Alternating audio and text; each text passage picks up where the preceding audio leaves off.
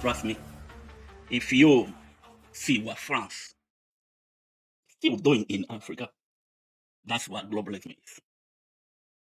Anyway, that's my closing, and Slav Ukraine. You really am Slava. Okay, now, Koping, you look super cold. Do you want to talk? Yeah, it's winter. Can you guys hear me? There's a headpiece turns out in the mic. Yeah, your mic is It's all right. Wait, your mic is feeling really cold. Let's see. Do you guys hear me better now?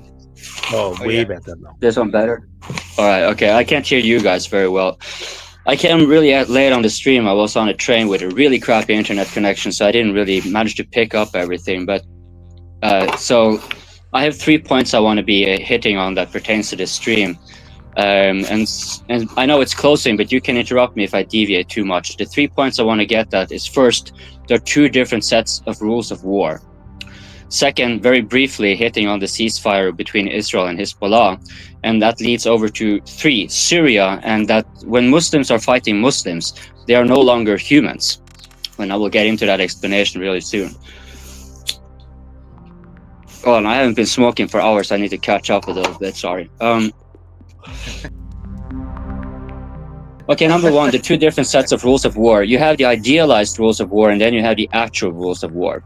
And I think the best example I can come up with is the one we discussed a month ago or so, when Yahya Sinwar was dispatched. So in the idealized rules of war, you should not take civilian hostages. Him being the mastermind ordered that explicitly.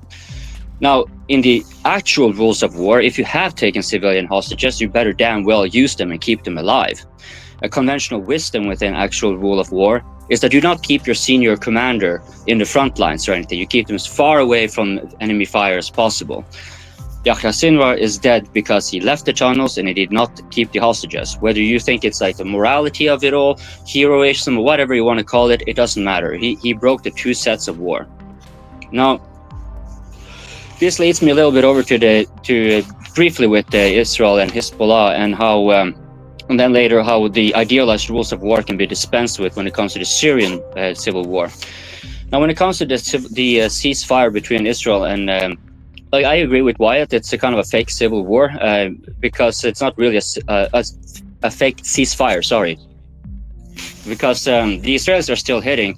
They're kind of more like reloading several guns while they're shooting to keep shooting Hezbollah and Nika to make sure they stay down. But to say that they did so because they were compelled to, I think they took the opportunity for a breather, because we should be reminded that Hezbollah stated clearly when they joined in so-called solidarity with Hamas that there would be no negotiation of a ceasefire with Israel unless Israel had also a ceasefire with Hamas. Now they have clearly moved away from that objective, which is definitively a marginal defeat. Though I'm not so sure I would call that a victory for Israel, because yeah, sure, they may have been able to coerce Hezbollah into changing their conditions, but they have certainly not defeated Hamas. The military infrastructure, well, I mean, much of it is devastated. But as far as I can tell, the assumed amount of Hamas combatants that were available compared to what they themselves say they have taken out suggests that they have still a very long way to go. So yeah, it's a kind of, I think the Israelis are basically just using this as a breather meanwhile, but they're very keen on getting back into it. I think one misunderstanding I see here is that they have just moved a few kilometers into the border, which kind of omits all the other things they've done, like taking out Fuad Shukr, Hassan Nasrallah, his successor, etc., etc. It's not a territorial war. Just like with Ukraine, it's not so territorial. You can still have the grinding and defeating and retreating the enemy in other ways. And so with Hezbollah having yielded, I think we can say that there has been a marginal success for Israel when it comes to Hezbollah, but because Hamas is still a thing, not so much. So with that being said, what was the final point? Ah, yes, this is the biggest point in my opinion. I've been thinking about it for a while, and it kind of bothers me. And that is when Muslims are killing each other, they're no longer considered human. And there's bountiful examples of that. So when you take the Syrian Civil War, you had over 600,000 people getting killed, murdered, but that wasn't really worthwhile talking about unless you had millions of Syrians coming over to Europe. or unless you had Russia and Wagner involved, or unless there were jihadis who were being armed by the United States or trained by, let's say, Norwegian instructors, which were also there. Point is, it is not news if it is just Muslims killing Muslims. The only news that is actually worthwhile is if it involves the non-Muslims. To just really emphasize that point, we have Yemen. You have a bunch of like pedophile revering goat fornicators who reinstated slavery, and they're somehow kind of portrayed as being fighting against oppression. But it's not the oppression against the Muslims that they are fighting. No, it's the weapons that the Muslims are fighting are getting. Likewise, we don't hear about Yemen, the 300,000, that's a talking point getting brought up once in a while, just to have a stat of dead people. But these are not people, keep in mind. When it's Muslims killing Muslims, they are not even worthy of that attention, unless it's a talking point. Like the Red Sea, they're shooting on some ships there, right? Well, that's because it's non-Muslim, so it's worthy of attention. You can take Burkina. This is why Burkina Faso, it happened a few months ago, where 500 people were killed in one day. I'm sorry, I meant Muslims. 500 Muslims were killed by jihadis in one day. And we did not hear anything about it. The only reason it actually kind of surfaced was in order to make it look like Wagner seemed bad. Because now Wagner is taken over from the French, right? Now the French and Wagner, that's newsworthy because, that's not Muslim. So then you can actually mention all the scores of people dying from the combat or whatever. And to kind of really, really hammer the point how really glaring this is, like a pattern all over. Not just the Western Sahara and Sahrawis, take Sudan. There, the Muslim on Muslim warfare is, it's so dark that there's barely any journalists there, and who can blame them? It's really, really, unlike Gaza, for example, where you can get informed, hey, this building is about to be blown up. Maybe you want to set up your camera so we can have a nice shot. But you don't have that in Sudan. And it goes without saying then that since Muslims are not human, it also doesn't factor in that there is an overt call and act on genocide with indiscriminate killing of Black Africans. Before in the Darfur #1, there was a limitation of which Black African tribe.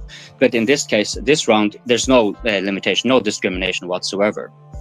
Which now, just to kind of get back to the point I really wanted to get at when it comes to Syria, and the open mic have kind of exemplified it. When the Muslims are fighting each other, and they don't even have agency. It's always the United States or Russia or Iran or someone else is pulling the strings here, right? But these people loathe each other for after 10 years of civil war and a lot of fractionalism. It is. I wouldn't say it is beyond imagination or beyond it's not beyond the realm of possibility that the United States and Israel, for example, had a lot to do with the assaults now being carried out. But like Bigadi was saying, why ignore Turkey as an independent actor? The SNA came from Turkish-held area and took large swaths of territory, alongside with the SDF and with the HTS. And yeah, so I think that what we're going to be seeing with the before I forget. Now, the reason I think, and this is just my opinion, why I think the attack was launched right after the ceasefire is because Hezbollah has some elite units. The Israelis themselves recognize them as direct peers to their special units, and that is the Radwan force. Even the IDF considers the Radwan force to be on par with their best forces. Now, where did they get that experience? They got that in Syria, one of the most brutal wars of the 21st century. And they are hated by a lot of Syrians because these Shiites and Sunni here, like the Sunni-Shia divide, doesn't always express itself. But in Syria, you can very see clear delineation. The Shiite Alawites with the Shia Iran and the Shia Hezbollah. And when Nasrallah was dead, there were celebrations in Syria as well, because people there had family members taken out by Hezbollah. So most likely, in my opinion, if everyone here is speculating, so of course everything I'm saying here is also pure speculation. But I would speculate that the rebel forces, or whatever you want to call them, they had been waiting for making an attack as soon as there was a ceasefire, or as soon as the war had dragged down to a point where they think they could do it anyways. But as soon as a ceasefire is brought about, just like Israel gets a breather, so does Hezbollah. So this is their chance now to strike, because Hezbollah and the Radwan forces in particular, they were a great obstacle to those units. Because they were actually really good. So I think they're trying to seize the opportunity.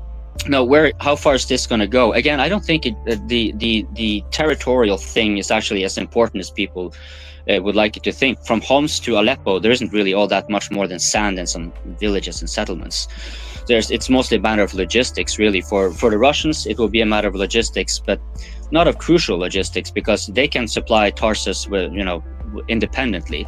It's for their ability to be keeping their ally Assad, because even though one may call it a sunk cost fallacy to kind of still stick on to Assad if he's going to get couped and lost anyways, Russia must still maintain, just like Prata was pointing out, Assad must also maintain a sense of loyalty, right? So Homs is likely to be something both the Russians and the Assad's forces are going to cooperate in trying to retake, because otherwise they're going to be kind of disjointed, and it's no longer going to be a mutual interest. And this goes back to what Bigari was saying, right?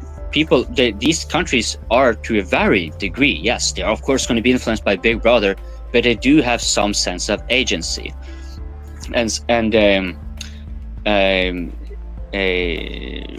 I just lost my train of thoughts on that, but I think my point was Europe, please respond.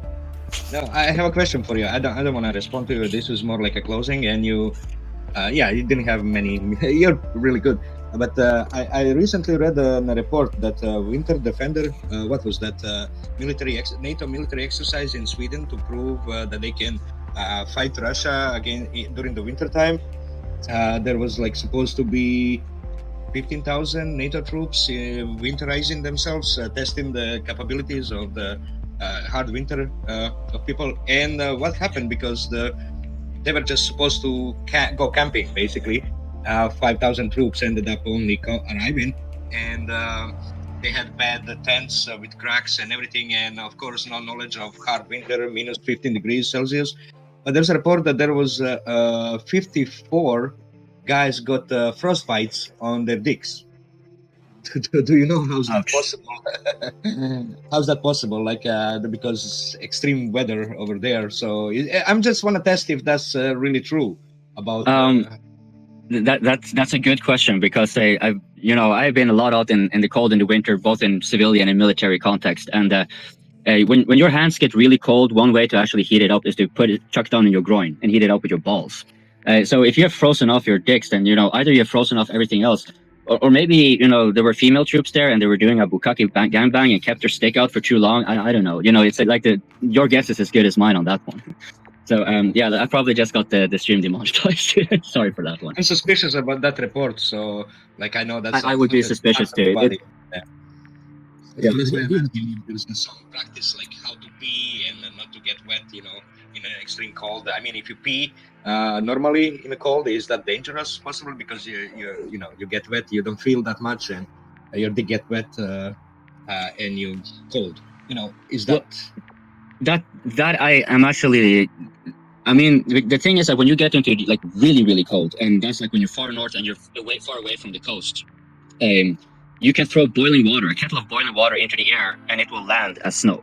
This is a kind of, I think it was Veritasium or whatever channel. He kind of made an example to show how if you start off hotter, it's still going to get cold at the same time, because it is the thermal difference that actually matters here. And so, maybe you have been holding yourself for a long time, and then you kind of stand there and you kind of don't, because you're kind of starting to get desensitized all over. You may not actually notice that you missed a little bit. You didn't really miss the toilet bowl. Maybe you kind of was in a hurry and you peed a little bit in your pants. But again, this is what the open mic is for, serious speculation, on important. Yes. So, I think pretty much what I could fit in my head to summarize. There was a lot. I wish I could come on earlier, but so it's at least nice to be coming back for the closing at the very least. I guess I should do my It's shtick. been a long time, right? We haven't seen you for a long time. It's been in Syria. It's been a lot of. It's been a lot of traveling, so I haven't been having time to really anything really, work and travel. So it's not everything has been kind of. I'm basically just been catching up on DPA mostly. That's one of my main content sources that I prioritize, and then everything else comes after. Yeah, Thanks. people.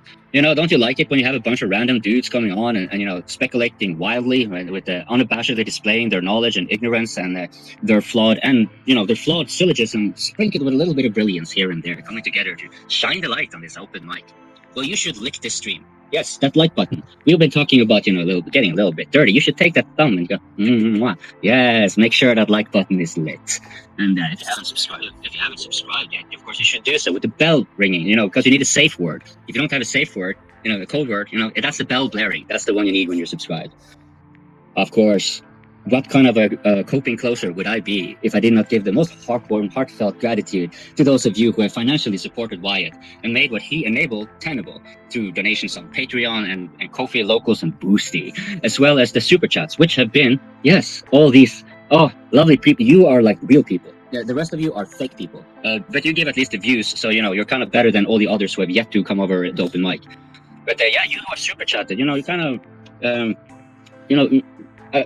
me and Vaughn in particular, we tend to be really wanting new people to come on, and many of you are regulars of the open mic, just not on the open mic. You're on it on the live chats, and once in a while you join the conversation by giving Wyatt some money. And when you give Wyatt money, it's very good for our coping, because that basically directly validates us, our presence. Sure, we may be saying some nonsense, and sometimes we do actually hit the nail.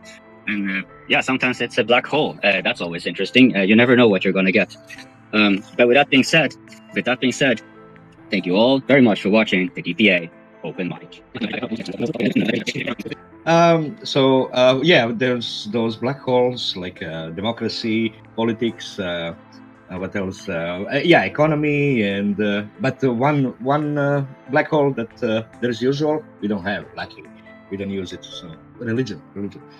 God, that's God in that. That's we don't have this here. So about Ukraine. Well.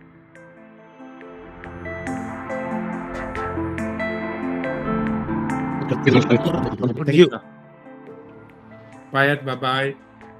See you next week, maybe. Bye guys. Bye-bye. See you next week. See you guys. So I have some comments on what Coping have said just now regarding the why that the Muslims are not humans, because nobody cares about their existence. And it's the observation is somewhat true. It's like you don't even see the Muslims reporting about the crazy shit that's happening in other Muslim countries where Muslims are killing Muslims, and it's shocking. Like it's like they don't even care themselves. So it's not just the global community that don't care about it. So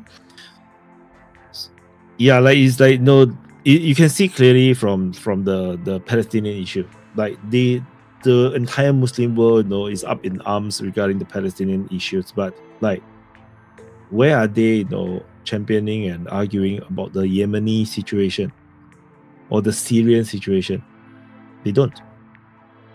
The Sudanese situation, the civil war in Sudan, they don't talk about it. They don't talk about the jihadis or the ISIS situation in Central, or like in Africa, in the Sahel.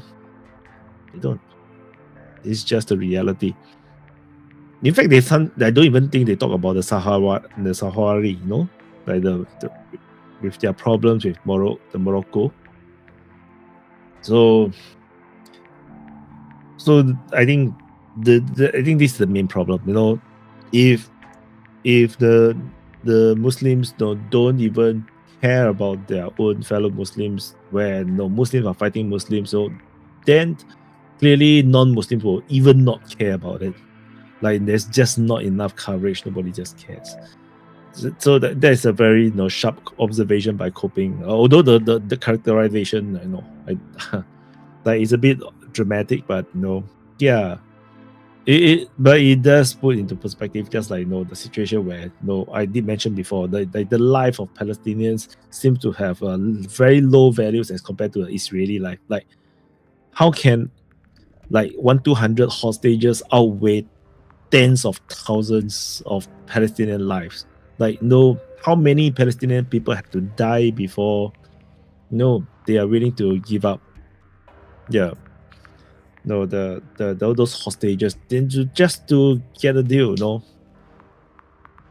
Hi Nika, what's up? Hello, do you hear me? Yeah. Why are you back? Do you hear me? Yes, I hear you. Okay, sorry. I just needed to push back against that. I went back, sorry, but I need just to push back against that because that's true, but not true. First of all, we don't have we don't have free countries. We cannot express ourselves. The people cannot express itself. This is first of all. Second of all, you guys cannot see the local news. I see the local news. Those topics are all the local news, all the major news channels. People are very, very hurt about those topics, but we cannot express ourselves. We cannot push against those governments as the European or the American. This is why it appears that the people don't care. No, people care a lot. For example, I talk about my country. In Tunisia, when the war in Libya happened, all the refugees got welcomed inside the Tunisian homes. The people are welcoming refugees, helping them. We send help, and we cannot influence the government as the European or the West because we don't have we are not democratic. Governments are imposed on us by the West too, because the West supporting those governments. So the West is meddling with even if we want to change the governments are backed by the West too. This is our issue too because we see that. But aside from people cannot see what we see, our news, our stuff, but you need to see those conflicts as we see it. We see those conflicts as civil wars, as two people from the same nation, from the same country are fighting each other, have disagreement.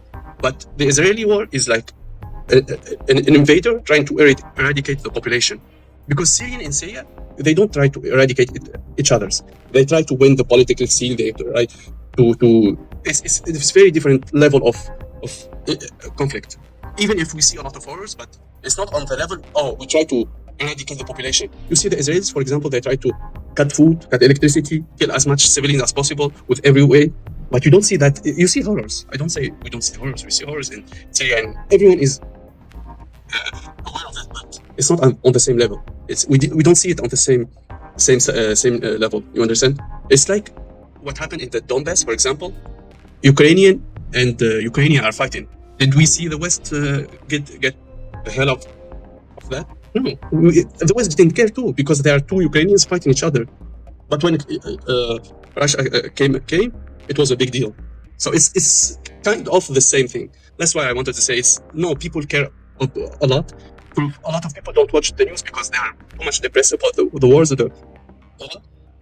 But you need to see the local news to understand if we cover it or not. If people are moved about it or not. That's why I was so sorry about that. Coming back. No problem. No, I'm just saying that from my observation, like even from my region. I mean, I'm living in a Muslim region. No. Yeah. And there is no outcry. The problem is to show the other version. There's no outcry. No, it's like maybe they report in their news, in their version, the Malay news or Indonesian news. Maybe they talk about it, but there will never be outcry, even though there's way more people dying. So that's my complaint. No, that like they don't protest about it. Like, no, they don't protest. They don't go yeah, but as I said, there is no actual power to the people. We cannot be free ourselves. In my region. My region is democratic, so it's like Malaysia is the democratic country, Indonesia is the democratic country. So this is just that and maybe it could be also because of the propaganda. Actually, not because of the bombs and whatnot. No, it could be like controlled by certain religious leadership from the Arab world or Middle East. Maybe that could also be the case because it's not educated through the mosque. So that could also be the case where the people are not so passionate about certain issues because it's not educated by the imams. So there's a possibility. Like when you talk about Israelis, also the imams are all very passionate. So that could be the case. So for unknown reasons, the Rohingyas become so famous. But the reality is that when the Rohingyas come to Indonesia, it's like the Indonesians push them away because it's like these are totally different people. So I'm just pointing out this unfortunate thing. I mean, it's a criticism where it's like it's the same thing. It's like you will not see any people complaining about those problems in Myanmar. Put it that way. Like very few people cares about the situation in Myanmar where it's actually pretty bad as well. So I'm just pointing out like it is an observation that it's unfortunate that things is like this. Like and is I experienced it even in my reporting. Like I report about situation in Sudan. The viewership is so low to the point where it's impossible for me to cover the war because it's like I cannot justify the time spent. So yeah, so but of course you cannot justify killing either ways, but I just try to explain why it can appear like this. This is why hopefully one day DPA will have enough correspondence that we can raise more stuff. Like I have never knew that Tunisians were hosting Libyan refugees. I've never heard it before. So because it's not it's the nature of the news. It's not exciting news. It's not like someone killing someone else or beheading someone else, because it's not exciting. The news will not have the interest to cover it. Yeah, in fact, I have never even heard of the Sahrawis, right? So until I have DPA. Like people was like writing articles to publish on DPA. I was like, oh, there's actually the Western Sahara people where they have this problem with Morocco. I don't even know that happened. So so the world is very underinformed. So I think that's why DPA Open Mic helps a lot, because we are all impossible to be reading all the time. So we share information. I think that helps. Anyway, I need to close. I need to do recordings now. Thanks, Nika. And so you see, this is the most crazy closing sessions in the open mic for a long time. Like it never ends. More people appears, and then so anyway, thank you for watching. Press the like button, subscribe, share the gospel of DPA Open Mic. Get more people to get to watch, get involved. Chat in the live chat or even come on screen. I think it's a great community to be in, and you don't have to watch every single week. You don't have to talk or come on every single week. I will be the one that will be here on every single week. So don't worry. I mean, it's a community. It's not a commitment. Only for me, it's a commitment. For everybody else, it's just entertainment. So it's a good way to share and learn new things that we probably would never read about. Like everybody has very interesting insights, and even a single topic can have so many different perspectives. Despite maybe we are all from the Western world, but different country, different views. It's crazy. So it's great. And and I'll come back to just now the point Leo was asking about the timing of open mic. I can't help it, because this is not a full time. I mean, it cannot be a job for me. I cannot have a fixed time. If not, it will become a drain for me. So I have to do it when I'm ready. And I tried to tell earlier, but it's hard. So do join the DPA forum. I will usually inform in the office, in the DPA forum, and for those speakers in the lounge, I will also inform there. Usually I just forward the same message. So once I know whether I can make it or not, because usually I know my energy level, based on my schedules, I know that I think I need to take a nap first. Then sometimes I will say that I'm very tired now, but I need to take a nap. Then and then see how it goes. Sometimes I take a nap, it becomes a sleep, and then I wake up the next morning and become a American timing session. Sometimes I'm able to take a nap, and then it's like 1-2 hours I wake up. Okay, then I can do the open mic. Because if I don't rest enough, I don't think I can hold a 5-6 hour stream. So that's just human limitations. And sometimes I have family commitments. That's the problem. Or work commitments. So sometimes I have to wake up, or I have to leave the stream. Like last week I have to leave the stream earlier, so I have to close the conversation much earlier. Today I feel like the conversation is dying, so I wanted to close, and then I can actually proceed to the Syrian Civil War, which I going to cover after this. So anyway, it is what it is. Anyway, today is my mom's birthday, so so yesterday it was a family dinner. So which is why I didn't manage to do the Saturday stream. I was thinking about it, but it's like, I think better not, because it will mess up my energy level for the day. So that's the reason why. So anyway, thank you for watching. Press the like button, subscribe, and I'll see you guys in the next update.